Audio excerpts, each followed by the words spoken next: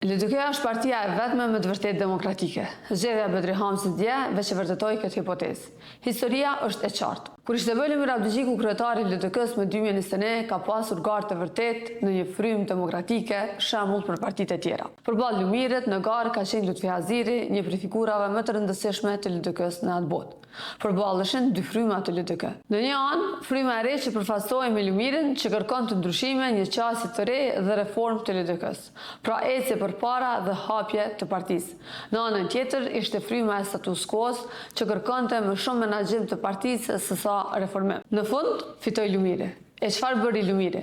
Nuk u hakmorr ndaj kundërkandidatit, por e bëri Lutfi Hazirin në kryetar, i cili vazhdoi punën në LDK pa hatërmbetje e inatit. Pra, ishte garë ferm, demokratike e barabartë.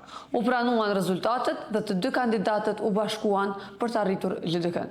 Ishte një shpërfaqe e demokracisë së brendshme partijake, ku diskutimi, fjala e lirë dhe kundërshtimet nuk shihen si kaos dhe përçarje. Në anën tjetër, në PDK nuk ishte as garë, as demokraci. Ishte një organizim i komanduar nga lart, ku dije që Bedri Hamza do të bëhej kryetar. Ishte më shumë farsë se sa zgjedhje reale demokratike. Nuk kërkohej mendim, por rështim prapa Bedri Hamzës.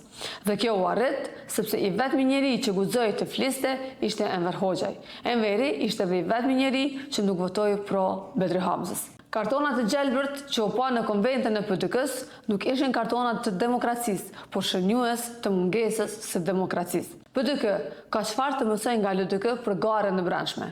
Njëjtë edhe vetëvendosja. Që nga themelimi me 1989 prej LDK-s së Ibrahim Rrugovës e deri te LDK-ja e Lumirit, kjo parti mbetet ndoshta i vetmi subjekt në Kosovë ku gjallëron demokracia.